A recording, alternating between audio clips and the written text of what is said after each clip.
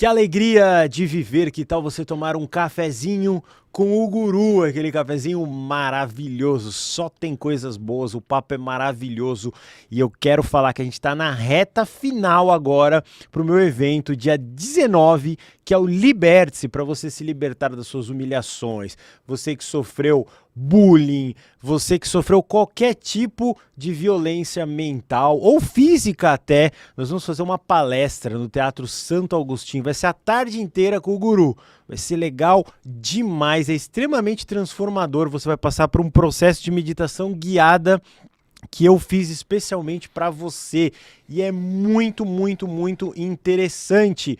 Olha só, vamos ver o vídeo aí de alguns lugares do Brasil que eu já fiz. Várias pessoas passaram por esse método muito interessante. Foi até para a Europa também, a gente teve a primeira vez lá em Portugal. Foi muito legal, é transformador, é incrível e você vai se sentir muito bem. É uma limpeza na sua parte inconsciente, que é onde você não consegue acessar com facilidade. Então são exercícios práticos, vai ter primeiro uma palestra, depois exercícios, você vai adorar. Em qualquer lugar que você comprar, você vai enxergar bem, porque é um evento stadium, então tem degraus assim. Se você comprar na última fileira, você vai estar muito bem. A novidade é a seguinte, o ingresso solidário levando 1 quilo de alimento, você vai pagar a partir de R$ 69,00. Então, não tem mais desculpa para você não ir ver o Guru lá ao vivo, tirar uma foto comigo. O Ale Sherminator vai estar na plateia, o Júnior Legrazzi vai estar na plateia. Então, é um dia de transformação, um dia de evento, um dia de limpeza,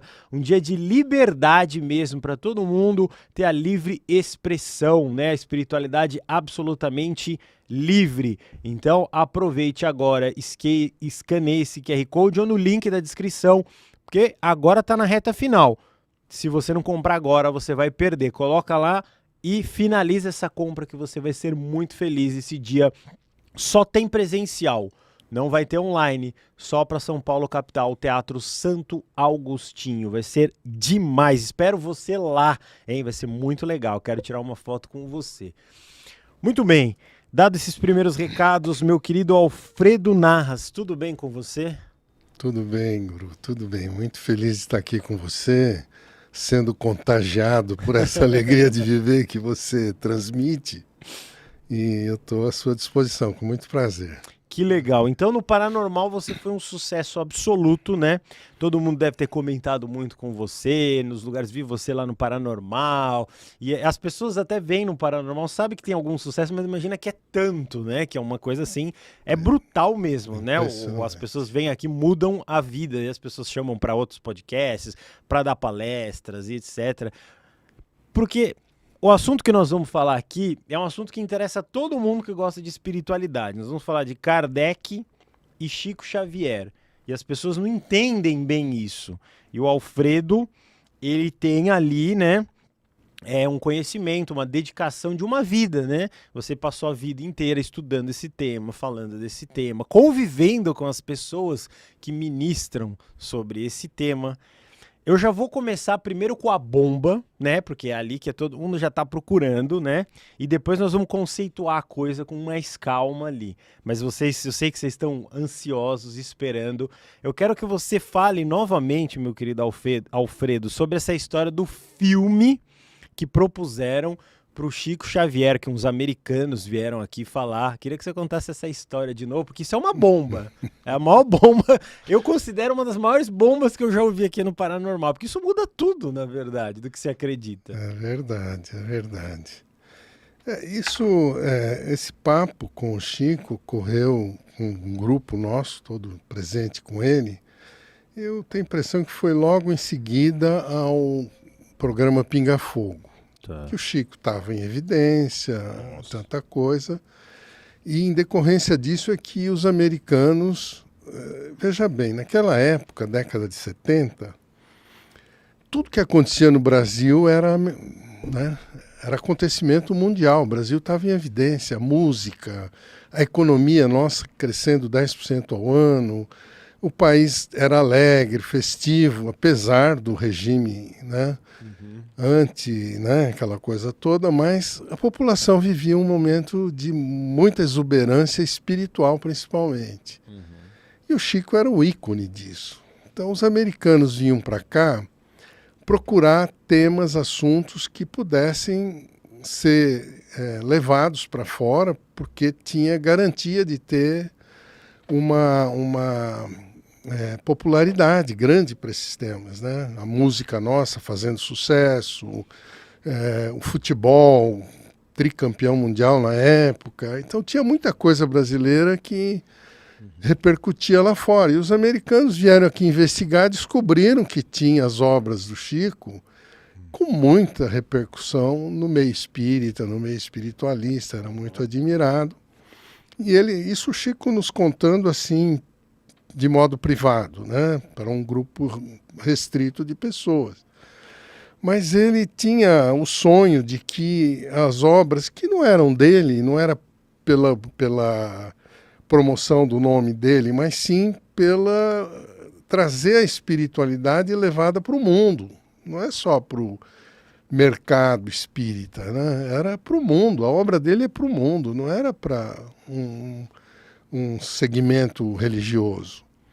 E o sonho dele é que essas obras fossem adiante. E eles vieram, os americanos, principalmente da Fox, vieram propor para ele filmar a trilogia dos filmes, a trilogia dos livros de Emmanuel, há 2000 anos, 50 anos depois Ave Cristo, como épicos romanos, que eram filmes que com certeza fariam tremendo sucesso.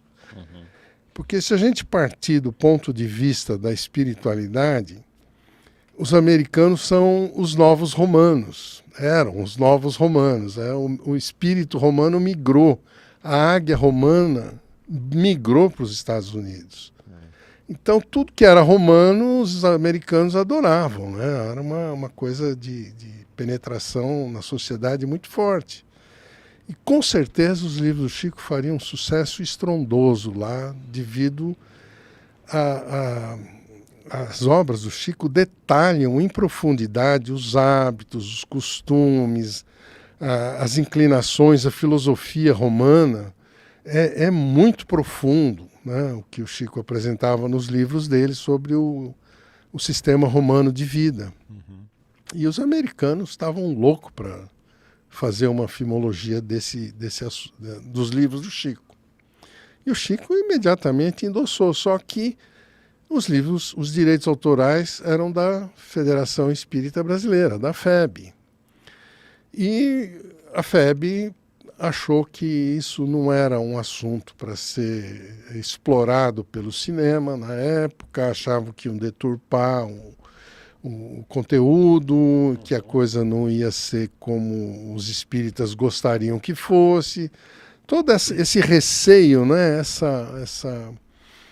Enfim, esse poder sobre o produto que eles tinham, abrir mão disso, né? Enfim, negaram.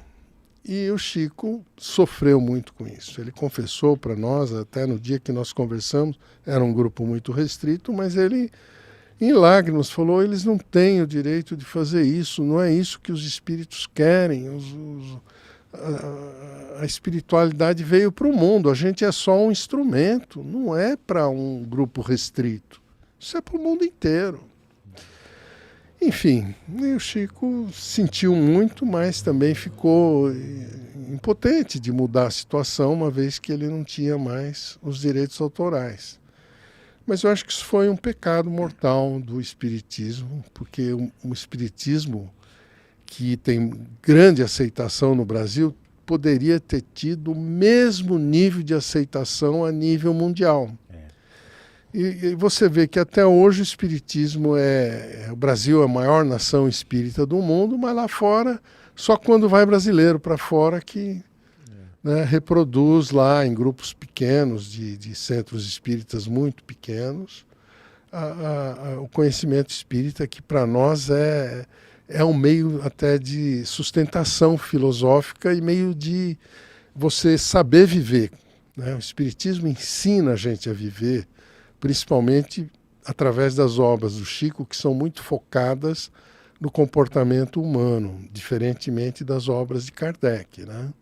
Então a gente tem no Chico uma referência, um modelo de vida muito parecido com aquele que Jesus tinha na época dele. O Chico quase que replica o que Jesus fez, naturalmente à moda do século XX, mas com toda aquela exuberância de amor que Jesus tinha. Então, é muito precioso o que o Brasil tem e, infelizmente, ainda está, né, restrito ao brasileiro, aos centros espíritas. E isso tinha que estar no mundo, né? De alguma forma, né, Alfredo, eu acho assim, até uma preocupação, o que vão fazer com isso? Porque geralmente quando você pode pegar o filme lá do Alexandre o Grande, vamos dar uma ideia aqui de um filme que existe. Os historiadores reclamam, eles falam, não, o Alexandre Grande não era exatamente como é retratado no filme. Até aí, num primeiro nível de pensamento mais simplista, assim, eu acredito que até é plausível razão, né? você falar que não. Mas, para você divulgar, ninguém melhor que os americanos para fazer isso.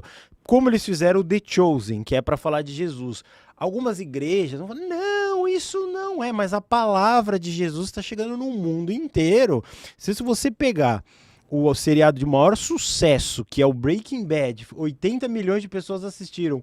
Esse The Chosen foram 400 milhões de visitas. Então você está divulgando a palavra de Jesus, mesmo que não seja do jeito que alguma igreja A ou B, ou espírita, ou qualquer coisa não queira, mas você está disseminando um conhecimento, né? Então aí que tá o problema do negócio, né? Vão fazer. Talvez eles coloquem o Chico Xavier do jeito que talvez não quisessem, ou Emmanuel tão importante quanto era. Eles têm essa preocupação, ela é razoável. Exato. Mas assim, guardar isso numa caverna, para mim parece um pior pecado, né? O mínimo que eu acho que deveria ter sido feito era, olha, pode fazer com a sanção da gente, com a aprovação. Exatamente. Eu quero ver o filme antes dele ser colocado com direito a corte, né? Cláusulas, né? Algumas coisas. Algumas condições, né? Dá para tentar chegar num meio termo. Não vai existir um livro perfeito, um filme perfeito, mas a ideia de disseminar isso e tanto que o Chico Xavier era a favor, né? Com certeza. E porque ele provavelmente, com o grau de mediunidade que ele tinha, ele ia ver quantos corações iam ser tocados, né? Porque não tem, a gente pode falar que tem outras pessoas que fazem filmes interessantes, mas os americanos são os melhores nessa parte. Os roteiristas deles são geniais. São os melhores. Existem filmes cults bons aí que você vê, vi um filme da Espanha, da Argentina, do Brasil talvez, mas o americano sabe fazer aquilo para massificar mesmo, para as pessoas entenderem. Em escala mundial, né? Escala mundial, com eles, não tem outra pessoa. Eu sou um filme do Guru do Himalaia, eu ia fazer em Hollywood, né? Se me convidassem, eu ia falar, pode assinar aí que eu quero, porque vai virar um personagem mundialmente famoso. E tem um detalhe a se acrescentar, Guru, que é o seguinte, se você pega os demais livros do Chico, tem livros de Humberto de Campos, que é brasileiro, né? Uhum. Mas Humberto de Campos foi alguém que conviveu com Jesus na época dele. Então é um cara que tem também uma bagagem extraordinária de conteúdo sobre Jesus. Sim. E tem vários livros de Humberto de Campos falando de cenas, participações de Jesus em eventos, de coisas que o público não conhece, não está nos evangelhos. Sim. São coisas que estavam ocultas e que o Chico divulgou. Uhum. Isso poderia ser assunto para outro filme sobre Jesus, porque dá para construir uma história em cima da bibliografia que o Chico produziu. Sim. E pouca gente se dá conta disso. Poucos espíritas também veem com profundidade o conteúdo das obras do Chico, sobretudo de Humberto de Campos, que fala muito de cenas vivenciadas por Jesus. Então, acho que isso são dívidas que o Espiritismo tem que pagar com o público. Não pode ficar oculto isso como ficaram os apócrifos lá atrás. E se o filme fosse ruim, ele não existiu, você ia levantar o nome. Existem quantos? Aí você vê o filme do Batman, esse é bom, esse é ruim, aí faz mais um, aí faz... Porque vai levantando o nome. Exatamente. Então você vai sabendo. É marketing, isso é puro marketing. E marketing positivo para vender espiritualidade de primeiríssima qualidade, né? Pô, o primeiro filme ali não foi tão legal, vamos fazer um segundo, um terceiro. Aconteceu isso com o filme do Coringa. O primeiro é legal, o segundo é uma porcaria. Exatamente. Aí o primeiro, mas falaram o nome dele lá. E aí iam falar de Chico Xavier, iam falar de espiritualidade, de vida após a morte, de Brasil. E aquela coisa ia sendo divulgado. Pelo pior que fosse esse filme, ele ia ser bom. Ia ser Nem uma que fosse franquia, horrível. como você falou, né? Então, daria pra fazer uma trilogia, ou muito mais Muito que mais, isso. viu? Seriados e etc. Então, sei lá, né? Tem que revisar isso aí. Mas assim, enfim, estamos aqui dialogando, né? Que é o que a são gente pontos faz. de vista. É claro que tem gente que não concorda comigo, Claro. conosco, mas enfim, eu penso diferente e acho que eu tô tentando traduzir o que eu ouvi do Chico. Não tenho interesse nenhum nisso, né? É coisa que eu senti também, porque eu sentia o que o Chico sentia, então você é obrigado a deixar isso exposto, né? Não custa nada também. Não, é maravilhoso. Você não podia levar essa informação, deixar de passar essa informação pra gente, porque é uma informação muito legal e ela é tão importante que ela muda todo esse paradigma da coisa da caridade, da divulgação. Então ele queria realmente que existisse um vídeo massivo capitalista, divulgar a história dele e de todas as pessoas que conviveram com ele, que era legal isso. Isso era maravilhoso. Eu não vejo problema nenhum nisso.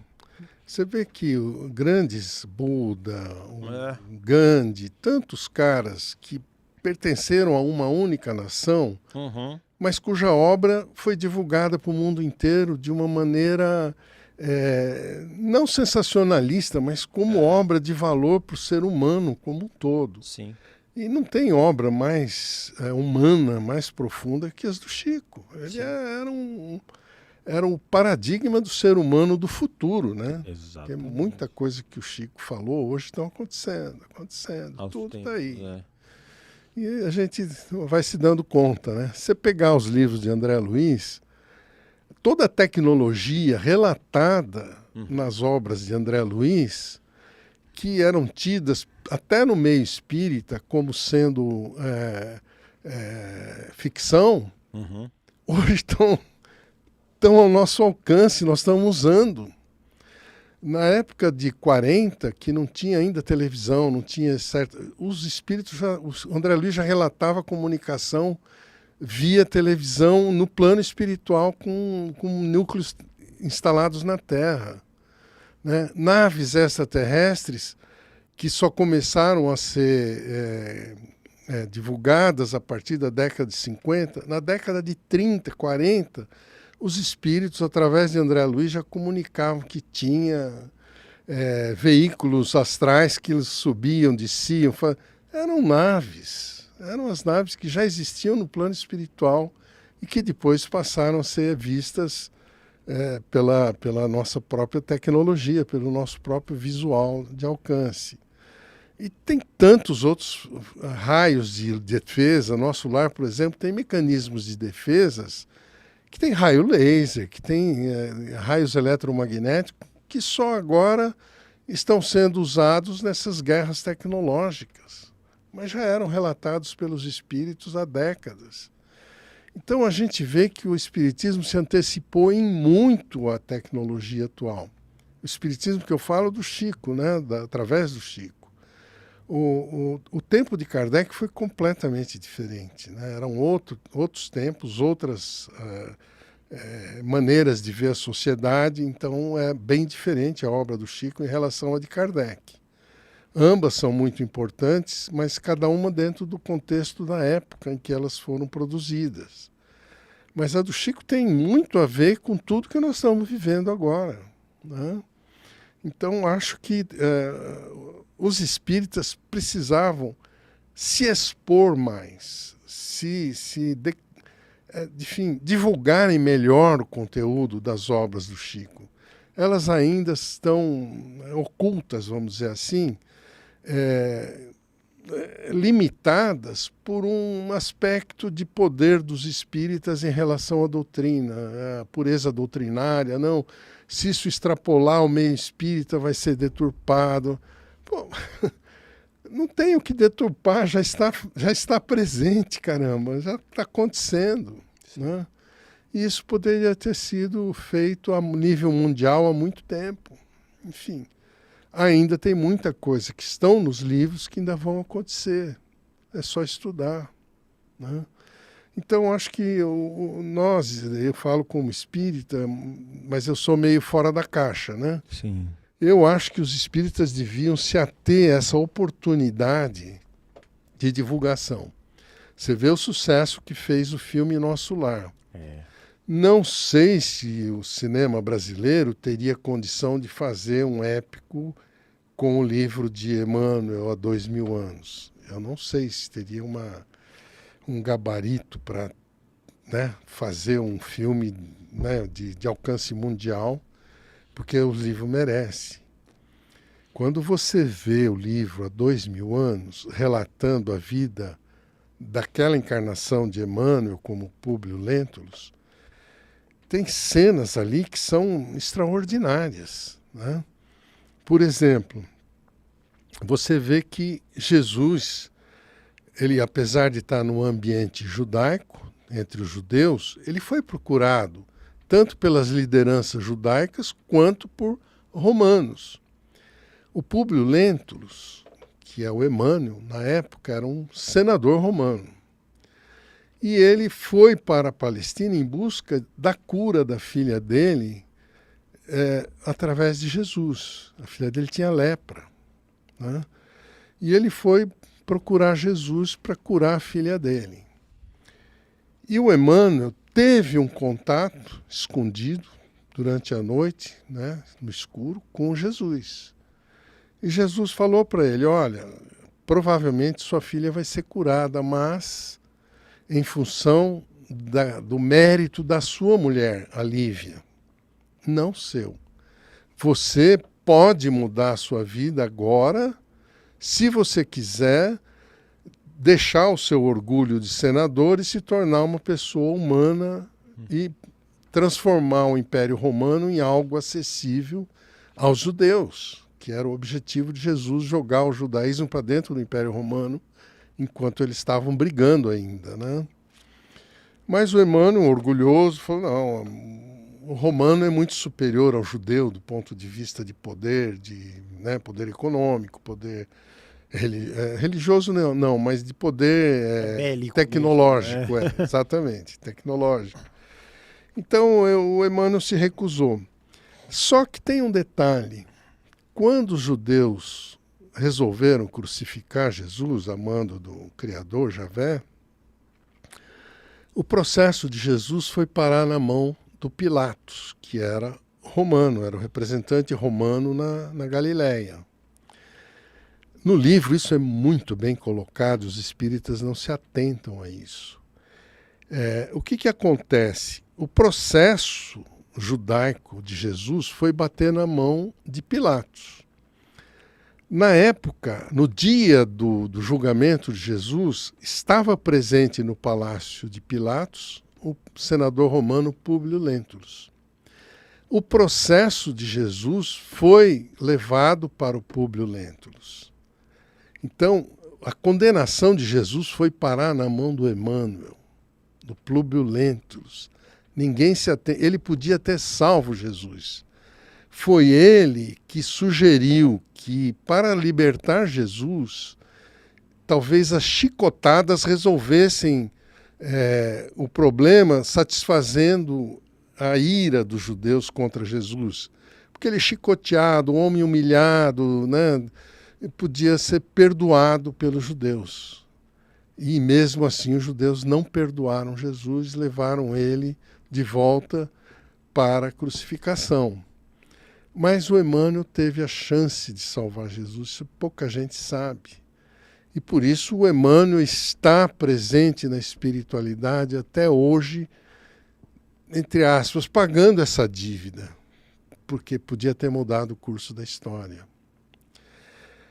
Outro detalhe que está no livro de Emmanuel que ninguém percebe: no dia em que o Emmanuel foi conversar secretamente com Jesus para pedir a cura da filha dele, quando ele viu Jesus, ele era, naquela época, um senador romano, era a maior autoridade romana na Palestina, superior a Pilatos. Um senador romano é muito superior a um governador regional.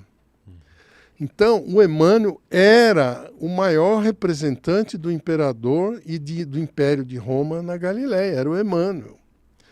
E olha, um baita senador romano, com todo o prestígio e poder que ele tinha, quando ele viu Jesus, ele ficou de joelhos. Ele não conseguiu resistir à luminosidade, à luz espiritual emitida por Jesus. Isso está muito bem explicitado no livro Há 2000 anos, mostrando que Jesus não era um homem comum. Ele era um homem iluminado, talvez muito superior a Buda e a todos os outros líderes que já passaram pela humanidade. Ele era uma autoridade espiritual de envergadura muito superior à própria Terra, talvez a toda uma coletividade de mundos que giram aí em torno, a gente hoje sabe que é em torno da capela. Mas Jesus era uma autoridade muito grande. No entanto, até hoje, até mesmo os espíritas procuram reduzir Jesus a um homem comum, a um homem fracassado, a um homem covarde, que não mudou o mundo como era a missão que ele devia ter cumprido. E eu penso que isso é equivocado. Jesus tinha que mudar o homem, para que o homem mudasse a sociedade. A mudança da sociedade não se faz por decreto de cima para baixo. Não funciona, até hoje não funciona. Você vê que os governantes todos introduzem mudanças em favor deles, em favor de manter o poder, né? Nunca é em favor do homem. O homem é um enganado permanente. Então Jesus sabia disso. Ele falou: o único jeito de mudar o mundo é semeando algo novo no coração dos homens. O mundo só pode ser mudado de baixo para cima. E até hoje a gente não compreende isso. A gente acha que Jesus fracassou. Não fracassou. Ele jogou as sementes. Essas sementes estão germinando aos poucos no coração de pessoas como você, como todos nós que procuramos trabalhar pela alegria, pela felicidade humana, pelo um homem mais feliz, né? Um homem mais evoluído. Então, essas sementes foram plantadas por Jesus lá atrás. E pouca gente compreende isso, né? Todo o bem que se faz na humanidade foi fruto dessa luz, dessa semente de luz semeada nos nossos corações por Jesus. Os hospitais, as penitenciárias, porque tudo antes mandava matar, né? Não tinha julgamento, não tinha, né? A justiça era cruel. Os doentes eram jogados nos vales dos indigentes para morrer sem contaminar os outros. Não tinha socorro para ninguém. Essa coisa de trazer os fracassados, os doentes, os aflitos para dentro da sociedade através da cura é obra de Jesus. Não existia isso até o tempo dele, né? A pessoa ficou doente, joga lá, deixa morrer num vale aí qualquer. Tem salvação. Jesus mudou isso. Não, eu posso curar. Com amor eu curo. Essas mudanças não são muito perceptíveis. Então, eu procuro, a todo custo, valorizar Jesus, coisa que hoje é contracorrente. Tudo está caminhando contra Jesus, infelizmente. Então, eu ainda tento ser o último dos moicanos aqui, tentando, mas não é o nome, como é que fala? A idolatria a Jesus. Não é isso. É mostrar que os homens que estão fazendo o bem estão comprometidos com Jesus. É nesse sentido. Porque tem a semente dele no coração. Legal. Uma belíssima análise ali sobre Jesus. Eu vou aproveitar porque tem uma novidade aqui, que é a imersão multidimensional. Olha só, é isso aí. Se você está se sentindo confuso ou assustado, Por isso você tem, com as coisas que estão acontecendo no mundo hoje, né? A gente vê tanta coisa ruim, energia, vibração, aí não precisa nem falar das guerras, né? Você tem que participar da imersão multidimensional, que é um encontro Caminho do Ser, realizado pela equipe de terapeutas do CAMA, o CAMA, o Centro de Ancoramento Multidimensional Arcturiano, é isso mesmo, de 8 a 10 de novembro, em Conservatório, no Rio de Janeiro. Atenção, pessoal aí do Rio de Janeiro, dia 8 a 10 de novembro. Durante esse final de semana, você vai participar de vivências, terapias, palestras, meditações e lá também um dos maiores pontos de avistamentos de OVNIs do Brasil. Se você tem essa curiosidade, vai lá, que tudo vai ser num hotel fazenda incrível, super mega charmoso lá. Muito bacana mesmo. Então, quem vai estar lá também conduzindo essa meditação, esse bate-papo, vai ser o queridíssimo nosso Léo Schneble, que teve aqui o Arcturiano, né? Aquilo deu uma polêmica, você vai ver ele ao vivo lá no Rio de Janeiro, vai poder tirar foto com ele, é muito bacana. Se você quiser participar dessa experiência única, se inscreva agora aqui, ó, tem o QR Code, tem o link da descrição, use o cupom GURU, que você vai ter um desconto de 15% na sua inscrição. Então vai lá, que é limitadíssimo, é bem poucas pessoas mesmo, então tá com vontade, não passa essa vontade, já compra, que vai ser muito legal. Escaneia aqui ou no link da descrição do vídeo, esse curso vai ser muito legal, aproveita para ver o Léo Schneble lá, que vai ser incrível. Muito bom.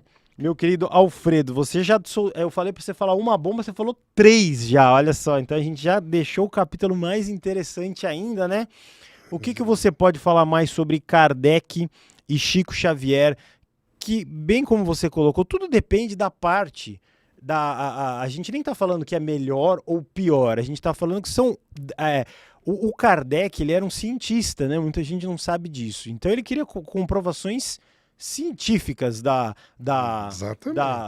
história. Ele queria, será que... E todo mundo tratou ele lá na França como um malucaço, pelo que eu vi ou li. Eu vi o filme, li alguma coisa. Não sou especialista que nem você, mas sei alguma coisinha lá. Inclusive a própria, eu não sei qual era a faculdade lá que eles retratam, queriam até expulsar ele, né? Falando, esse cara tá maluco, que negócio de falar com outras pessoas. Aí todo mundo começou a fazer bullying mesmo com ele, chacota, né? E ele foi, eu acho que ele tem um papel de pioneirismo assim absoluto, né? Com certeza. Não teve. Com certeza. O que você pode falar do Kardec, então, ali de coisa que a gente pode trazer? Veja bem, Kardec, ele quebrou talvez o maior paradigma religioso do Ocidente, né? Até a época de Kardec, vigia o quê? O domínio da Igreja Católica. Igreja Católica e também, depois, antes dele, os protestantes. Os protestantes no século XV, XVI, surgiram os protestantes, mas todos eles seguiam a mesma Bíblia do Velho Testamento introduzida pelo catolicismo. O que significava isso? Que toda a vida humana estava condicionada às leis naturais. Nada podia existir fora das leis naturais. Então, o que diziam as leis naturais? Era aquilo que estava na Bíblia. O mundo foi criado em 6 dias, no 6º dia Deus descansou, né? O homem foi criado diretamente por Deus e as condições em que ele nasce são as condições desejadas por Deus. Então isso, de certo modo, impedia a mobilidade social. Se você nascia escravo, era escravo. Se você nascia... Isso era isso, não podia mudar, não tinha mobilidade nenhuma, porque era a vontade de Deus. Então, o catolicismo e o protestantismo, de certo modo, conviviam com a mesma Bíblia, com a mesma doutrina do Velho Testamento, né? Quando veio o iluminismo começou a mostrar, veio, né, o Darwin, a teoria evolucionista das espécies, o mundo não pode ter sido feito em 6 dias, a coisa se estende por um período muito maior. Então a própria ciência foi mostrando que as coisas não eram como a Bíblia falava, que haviam... E um dos paradigmas mais graves que tinha no Velho Testamento era que não podia se comunicar com os mortos, era proibido. Moisés havia proibido. Quando Moisés desceu da montanha com os 10 mandamentos e viu que o pessoal estava tendo contatos, ele foi lá e proibiu, mandou matar quem contrariasse. Então, a comunicação com os mortos ficou sendo um anátema, uma coisa de bruxaria, de coisa de enganação, de querer enganar os outros com mágica, né? Com mentira. Então era proibido. Até a época de Kardec, comunicação com os mortos era proibido no âmbito religioso. Pouca gente se dá conta disso, do catolicismo e do protestantismo. Aí nos Estados Unidos começaram os fenômenos das irmãs Fox, né, que começaram a ter comunicação através de batidas, etc. Tinha um morto na casa, ele se identificou, comprovou que tinha e tal. Começou a ter. Só que o espiritismo era para nascer nos Estados Unidos. Isso o Chico falou para a gente. E na época do Abraham Lincoln já era para ser institucionalizado. O que aconteceu é que o Congresso americano, de maioria protestante, se baseou no Velho Testamento de que a comunicação com os mortos era proibido e abortaram o processo das irmãs Fox. Então, o espiritismo que era para nascer lá, morreu lá. Uhum. Aí foi para a Europa, Kardec foi chamado para replicar o espiritismo lá, trazer o espiritismo lá. Então Kardec veio como cientista, como um homem muito erudito, muito respeitado, com uma aura de grande professor, estudou com Pestalozzi.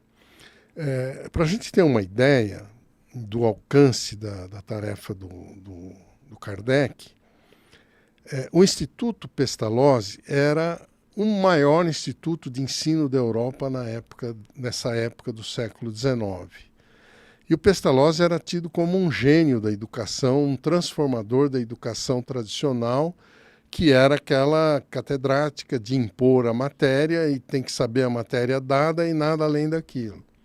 O Pestalozzi investiu no ser humano. O ser humano ele pode trazer por si mesmo inovações, ele pode crescer, ele pode produzir sozinho, ele pode usar o livre-arbítrio para ser um criador. O Pestalozzi era um gênio. E Kardec substituía o Pestalozzi. Então tinha o mesmo prestígio.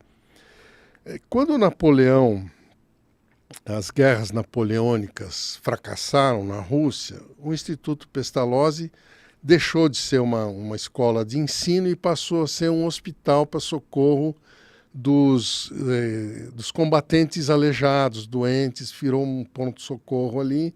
E a área de ensino ali abortou. O Kardec saiu dali, era o Denis Leon, né, ainda. Foi para a França, introduziu o método Pestalozzi na França. No começo deu certo, tudo mais, ele ganhou muito prestígio e tudo mais, até que ele se interessou pelo problema das mesas girantes. Mas a mesa girante era um fenômeno de lazer. Então tinha um baile lá, nos salões da elite e tal, bonito, aquelas coreografias todas. De repente parava o baile, o pessoal punha uma mesinha, todo mundo ali curioso começava a ver a mesinha, usar o alfabeto para mandar mensagem para o pessoal da corte que estava ali assistindo aquilo. E o Kardec não queria saber disso, mas ele foi lá para ter, né, um amigo dele levou.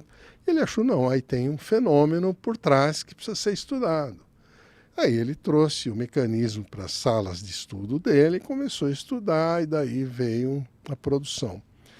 Quando você lê a obra do Kardec, você vê que ele fez todo o questionamento do Livro dos Espíritos para os espíritos, ele fez perguntas para os espíritos, todas elas baseadas na Bíblia, no Velho Testamento principalmente. Então você vê que o Kardec tinha ele trouxe o espiritismo, mas ainda não era espírita. Percebe?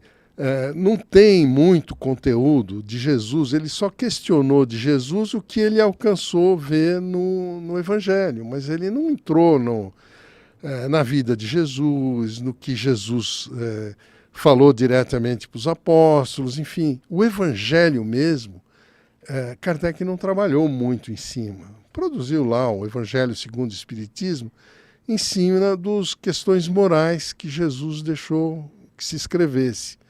Mas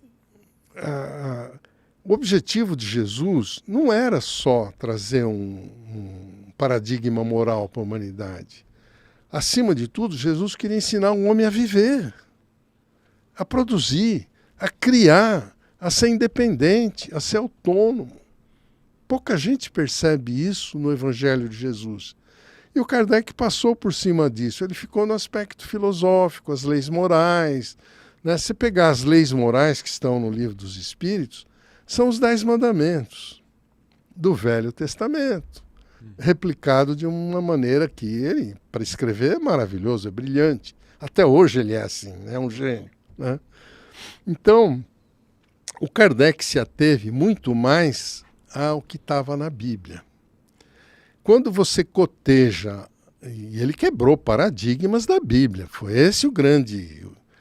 Ele foi um titânico, um gênio, né, de conseguir, com argumentos não só filosóficos, mas científicos, quebrar toda aquela estrutura do Velho Testamento, de que o mundo é feito em 6 dias, que não pode ser mudado, o mundo foi feito perfeito, não existia evolução, enfim, toda essa característica de coisa feita toda de uma vez, Kardec quebrou tudo isso.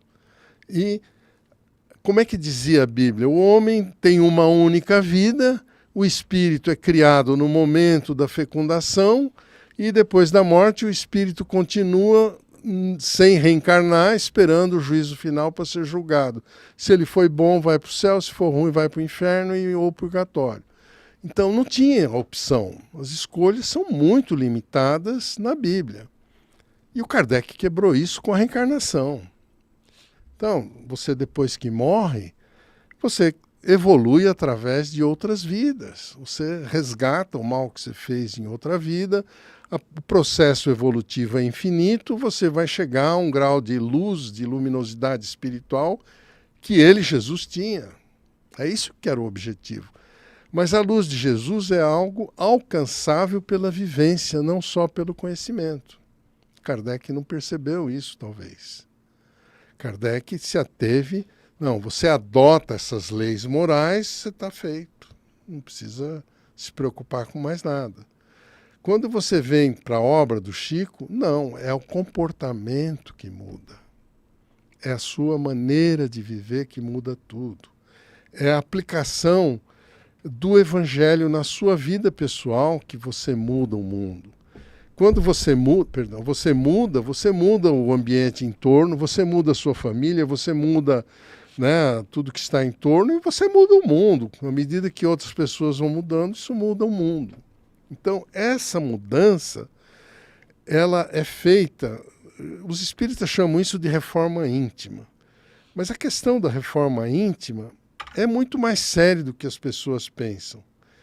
A reforma íntima implica em você saber que você tem uma partícula do Criador celestial dentro de você, não do Criador material. O Criador material criou o DNA, que faz com que o corpo físico evolua através da evolução do DNA. Hoje a gente sabe disso. André Luiz já falava isso. Né? Você pode mudar a sua fisiologia mudando a sua maneira de sentir e de pensar. Você muda o seu DNA. E isso hoje tá muito claro, né? Mas na época do Chico ninguém sabia disso. Né? Mas essa gestação do corpo físico e da alma, ela é inerente ao contexto desse mundo, desse universo que a gente vive. Além disso, tem uma partícula que vem de uma outra realidade completamente fora desse mundo físico, que está dentro de nós. E essa partícula divina, ela funciona como intuição nossa. É a nossa intuição. Está dentro de ti. É o amor em você. É o amor do Pai Celeste em você. Ela funciona como uma intuição. Quando você está diante de uma decisão difícil, de um problema maior, o que acontece? Você tem duas opções. Ou você segue a natureza humana e briga pelo que você acha que tem direito de ter, ou você usa a vingança como forma de justiça, ou você, enfim, usa o poder que você conseguir usar para eliminar os seus inimigos, você briga, né?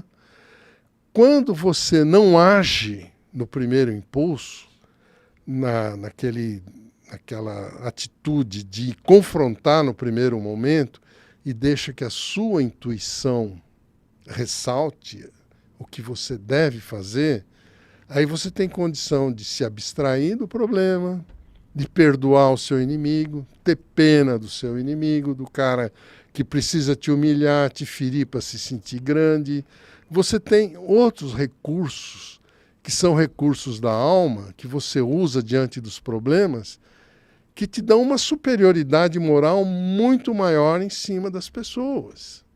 Só que isso não é fruto do conhecimento apenas, tem que ser fruto da vivência, você tem que fazer isso na sua vivência pessoal. Então você tem que sair do seu comodismo, da zona de conforto religiosa, enfrentar o problema aí fora e agir como você agiria dentro da sua religião. Aí que está o grande lance da vida, né? Então eu penso que a gente está tendo esclarecimentos novos que nos permite fazer escolhas diferentes daquelas que nos foram ensinadas para tomar atitudes inusitadas, inesperadas, novas, que mudam o mundo. É nesse sentido que eu acho que a gente tem que enxergar as opções que a gente tem. Aí sim, você usa o esclarecimento para enxergar, mas tem que ter atitude, né? Muito, muito, muito bom. É realmente uma palestra aqui que a gente está tendo aqui com o Alfredo Narras. Eu quero também dar uma dica do curso Harmonia Cósmica da minha amiga Suzy Maria. Ela já esteve aqui no programa. Se você quer aprender tudo sobre frequenciamento de campo, para você melhorar a sua intuição, você não precisa ser médium. Não precisa. Você vai usar no seu trabalho, você vai usar na sua casa, com o seu filho, com a sua filha, com quem você quiser, com o seu marido, com sua esposa. Tem o cupomzão de desconto do Guru aqui para você fazer esse curso, que ele vai ser dado online, de qualquer lugar do mundo você pode fazer ao vivo. Tem lição de casa e eu garanto que se você fizer, você vai aprender a frequenciar. Não houve um aluno que saiu desse curso da Suzy Maria sem o resultado. Então é aquele curso que eu tenho honra e glória de falar, porque as pessoas que fizeram, minha mãe fez, meu irmão fez, meu primo fez, e todos eles saíram 1000% satisfeitos com o curso de frequenciamento da Suzy Maria, que é uma grande médium brasileira, e ela vai ensinar a você que não tem mediunidade nenhuma, ou que tem alguma, a conseguir dominar essa técnica do frequenciamento, que é muito incrível. Então aproveite o desconto aqui, cupom é GURU, vai lá que você vai se dar bem, que é legal demais. Meu querido Alfredo, quero receber o seu livro aí da sua mão, vamos ver que livro é esse aí, maravilhoso. Aí, Guru, esses dois livrinhos aqui, eu escrevi já há algum tempo, ele não está mais em livraria nenhuma. Ah, não? Eu tenho um estoque em casa, aí, uns 100 livros dele, que eu estou disponibilizando. Se alguém se interessar, me manda um e-mail. Tá, aqui ó, A Árvore da Vida, esse aqui é a Introdução à Revelação Cósmica, volume 1. Esse aqui é o volume 1, este aqui é a Árvore da Vida, Revelações gradativas do cristianismo. Olha só que interessante, esse aqui é o volume 2, então o 1 aqui, o 2 aqui. Então quem quiser isso vai entrar em contato com você por e-mail? E-mail, alfredonarras@gmail.com. Tá, então ó, Alfredo Narras é com H, o Narras, não é com R não, tá? Só para o pessoal, é Narras, né? Senão vamos escrever errado. Manda lá, alfredonarras@gmail.com, solicitando o livro. Aí como é que é? Tem o valor? Eu acerto com a pessoa. Eu pessoa. tenho um preço aí para pagar o custo e o correio, mas é algo acessível. Acessível. Não tem. É só mandar um e-mail que a gente conversa. Não, legal demais. Então, ó, tem o Árvore da Vida 1, Um é o Velho Testamento, o outro é o outro Novo. é o Novo. Interessante isso aqui. E um pouco do que nós conversamos aqui tem Tem nesse aí. livro, tá? E está mais detalhado, mais aprofundado. Né? Claro, olha, bem legal aqui, né? Então, tem aqui, ó, focos de discussão teológica entre os cristãos originais que ficam ocultos nos livros apócrifos, redescoberto em meados do século XX. Ali, então, tem bastante coisa que é oculta, né? Você que estudou a vida inteira ali, né? Olha só. Eu estou tentando fazer parte desse movimento de tirar o que está oculto e deixar exposto, né? O mundo precisa disso. Aqui tá falando aqui que tem participação do Jean-Val Elan, então, aqui nesse livro aqui, o volume 1. Então, aqui, ó, os apócrifos associados à revelação cósmica trazidos por Jean-Val Elan, de acordo com os mais avançados conhecimentos científicos de cosmogonia da atualidade, ó. Legal. Guru, eu tenho uma convicção pessoal pela intimidade que eu tenho com o Jean-Val Elan. É uma posição pessoal minha, isso ninguém precisa acreditar, mas é uma convicção que eu tenho, eu sei que é. O Elan é o Kardec, encarnado atualmente, para continuar a revelação espiritual agora como uma revelação cósmica. Ele está continuando a obra dele. Se você olhar a redação do Elan e cotejar com a redação do Kardec, é uma sequência da outra. É o mesmo modo de escrever, a mesma forma de construir as ideias, é o mesmo estilo de escrita, a erudição, a persuasão no sentido de convencer através da persuasão e não da afirmação. Isso é característica do Kardec e do Elan. Ele persuade a pessoa de que o que ele está falando é verdade. Né? É diferente da gente que tem essa pressa de que a gente já afirma sem muita convicção, mas a gente estudou, então está se baseando na autoridade de outro. Né? Eu afirmo muita coisa, mas com base na autoridade do Chico, na autoridade do Kardec, do Elan, que eu sei que eles têm autoridade moral para falar o que falam. Sim. Então eu sou, digamos, um discípulo, eu sou um aprendiz, porque eu estou diante de mestres. Mas não são a mesma pessoa, não. É impossível Kardec ser o Chico, não tem como. Tá. Não tem como. O Chico é discípulo direto de Jesus, o Kardec é discípulo da filosofia mundial, de Platão, ele é a reencarnação do Platão e de outros gênios da codificação da ciência e da filosofia humana. Então, outro personagem. Talvez não dê para cotejar quem é maior ou quem é menor, não é nesse sentido. Cada um quebrou paradigmas de construção mental diferente. O Kardec quebrou paradigmas mentais. O Chico quebrou paradigmas afetivos, sentimentais. Os dois são muito importantes. Você não navega na espiritualidade sem as duas asas, do conhecimento e do amor. E cada um desses personagens, Kardec e Chico, quebraram paradigmas nessas áreas, da inteligência e do sentimento, meu modo de pensar. Não, bem interessante, bem legal. Eu lembro que eu tinha conversado com você, assim, aqui no sofá do estúdio mesmo, você tinha falado que o Jean-Val é um dos grandes espiritualistas que estão vivos, né? Você a maior mente atualmente encarnada é ele. Pode ter... Certeza. Pode pesquisar, mas não vai achar nenhuma mente maior, não. Na verdade, o Alfredo, eu acho que acontece assim, pode até ser, mas enquanto ele estiver vivo, ninguém vai falar isso, não é? A pessoa precisa morrer para depois todo mundo, vamos sair correndo atrás. E com o Chico Xavier, graças a Deus, não aconteceu isso, né?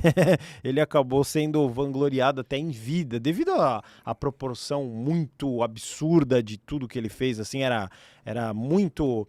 E tanta gente queria desmascarar, até que você falou do Pinga Fogo, que inclusive foi o programa com maior audiência da história da televisão. Não foi nem a Copa do Mundo, que poderia ter sido aqui no Brasil, né? Que seria a Copa do Pelé lá dos anos 70, que eu acho que foi o maior evento esportivo até hoje na Inglaterra. Fizeram uma pesquisa, eu achei muito interessante, né? Do Guinness, e falaram assim, qual foi de tudo que já aconteceu no esporte, o que foi o mais incrível que já foi visto na humanidade, foi a seleção brasileira dos anos 70, que era o Pelé, e eu não vi porque eu nasci em 82, mas eu ouço disso até hoje, que deve ter sido um fenômeno. Eu vivi esse momento. Era glorioso, foi a glória, né? foi muito Não, a bonito. glória e o Chico Xavier conseguir superar essa audiência com o Pinga Fogo Incrível, né? é um negócio.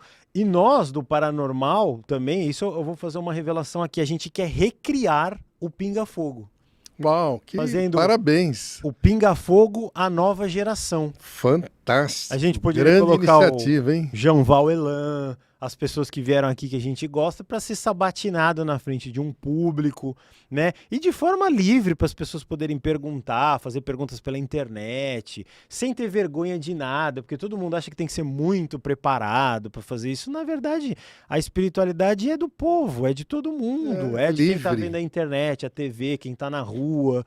É tranquilo, né? Que eu vi que você lembrou desse grande, o maior programa de todos os tempos, né? Tinha cientista, tinha teólogo, tinha tudo ali. E o Chico Xavier foi só respondendo ali, não tinha como, né? Era uma mente assim ultra avançada, né? Não tinha. Ele já falava dos corações que iam ser construídos com coisas sintéticas. Nossa, tanta coisa que ele falou que começou a acontecer e coisas que nem. Uma das coisas que me chamou muita atenção, até eu queria perguntar para você, é dessa comunicação que tanto falam de um suposto telefone que iria existir com astral. Eu acho que ele falava alguma coisa sobre isso, Sim, né?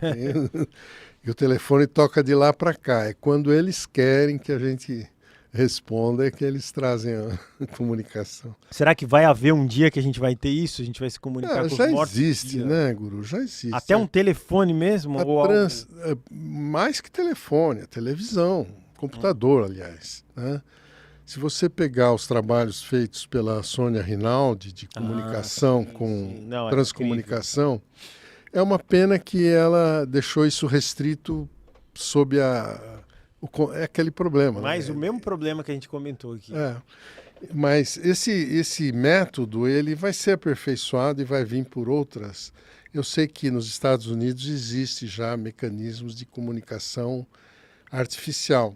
A inteligência artificial vai cumprir esse papel, que os médiuns não cumpriram. Aliás, Jesus falava isso, né? Se os homens não falarem, as pedras, né, falarão. As máquinas vão falar. Não, mas assim, eu até entendo da Sônia Rinaldi, tem outros exemplos que eu dou. Eu digo para todo mundo, assim, para eu pegar aqui o meu telefone, alô, posso falar com alguém morto, assim, uma coisa comum que tem nas lojas. Liga o seu computador numa certa frequência. E vai lá. Oi, atende aí, preciso falar com você. Pô, que loucura, né? Legal. Deixa eu dar essa última dica aqui também do mapa astral do Otávio Leal. Esse eu fiz. E eu recomendo que você faça pro seu filho. Eu fiz pro meu filho que tem 7 anos e é impressionante como funciona, porque você vai receber um áudio de aproximadamente 3 horas com tudo exatamente que você tá perdidaço na vida, fala, ai, guru, não vai pra lá, o dinheiro não vai, a parte amorosa não vai. Faça um mapa astral. O mapa astral é incrível, é preciso, é utilizado há milênios. Todo mundo faz o mapa astral. Por que você não faz? Então aproveita que tem pagamento facilitado, aproveita que tem cupom de desconto e você vai fazer o seu mapa astral e vai ganhar o curso de brinde. Comprando o mapa astral, você ganha o curso Faça Dar Certo, com 40 aulas online. Vai ser maravilhoso, você vai ficar super feliz, porque o mapa astral eu anuncio com todo orgulho, porque o Otávio Leal faz isso há mais de 35 anos, das grandes estrelas. Só falta você fazer o seu, que você vai se dar bem. Sai desse limbo aí que tá a sua vida com o mapa astral do Otávio Leal. Meu querido Alfredo Narras, foi incrível, a gente colocou várias bombas aqui na mesa, esse programa é mais curtinho, né? Mas vamos fazer mais com certeza ali, porque você tem muito conhecimento, então só tenho que agradecer a sua coragem, né, de vir aqui. Hoje, aqui é a televisão, né? Antes era a televisão lá que a gente conhecia, né? Que até o Chico Xavier ficou famoso na televisão. Acho que foi na Tupi, né? Que foi esse programa, que depois a Tupi acabou virando outra televisão e tal. Hoje em dia todo mundo conhece a Globo, apesar de ela já não ter mais a força que teve ainda, é um grande meio de comunicação.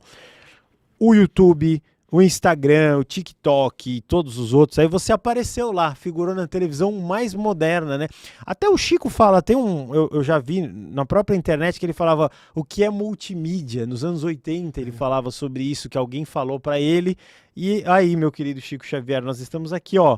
Eu estou com a multimídia na mão aqui, ela existe de verdade. Então, você tinha toda a razão. Aqui, ó, eu tenho uma câmera, aqui eu tenho uma televisão, aqui eu tenho um gravador, eu tenho uma máquina fotográfica e eu sou um ciborgue, porque eu carrego 256 gigas no meu corpo aqui. Incrível, né? Eu sou um ciborgue. E qualquer disso aqui vai estar dentro da minha cabeça, hein? Não vai demorar muito, a gente vai ver isso já. Não é verdade? Verdade. Parece brincadeira, mas é verdade.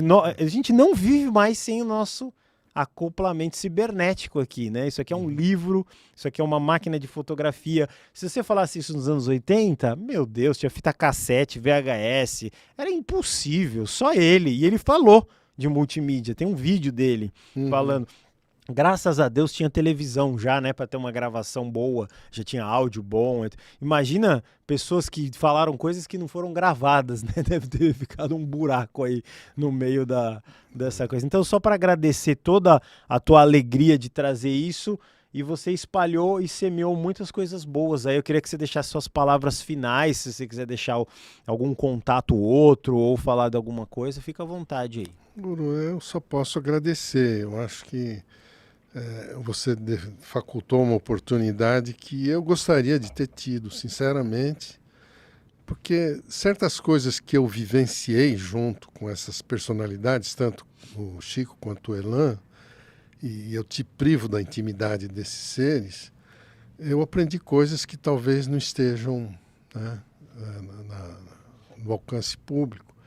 Então, essa oportunidade que você faculta da gente abrir o coração aqui, eu fico extremamente honrado e feliz, só tenho que agradecer.